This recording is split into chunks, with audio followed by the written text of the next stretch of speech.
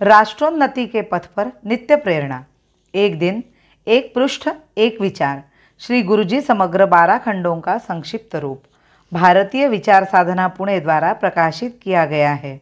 मैं डॉक्टर श्रीमती स्वाति सदानंद गोडबोले इन विचारों के एक पृष्ठ को प्रतिदिन वाचन के माध्यम से आप तक पहुंचाने का प्रयास कर रही हूं।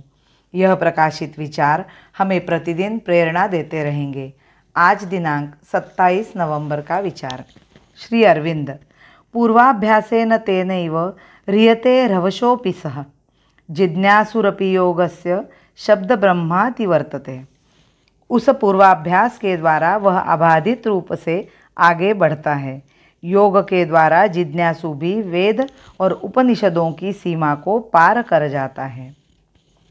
श्री अरविंद का जीवन भगवान की इस आश्वासनपूर्ण उत्साहवर्धक शक्ति का सटीक प्रमाण है।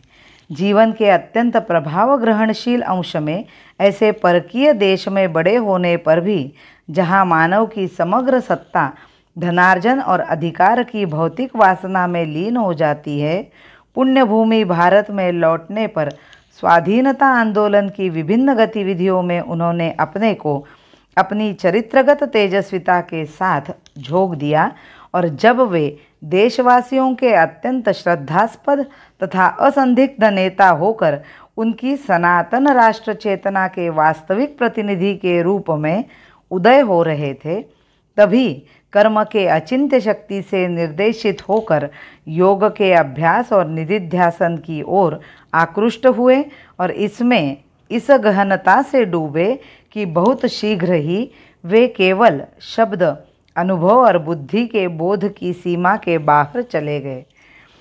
इसके साथ हमारे राष्ट्र की समस्याओं के सम्यक बोध और अपनी अंतस्फूर्त भविष्य दृष्टि द्वारा उन्होंने अनुसरण करने के लिए हमें जो निर्देश दिए हैं, उनसे हमारा पुरातन धर्म, संस्कृति और राष्ट्र अखिल विश्व की मानवता के दीप्तिमंत, पावन और सामर्थ्य संपन्न नेता के रूप में निश्चय ही फिर उठ खड़ा होगा।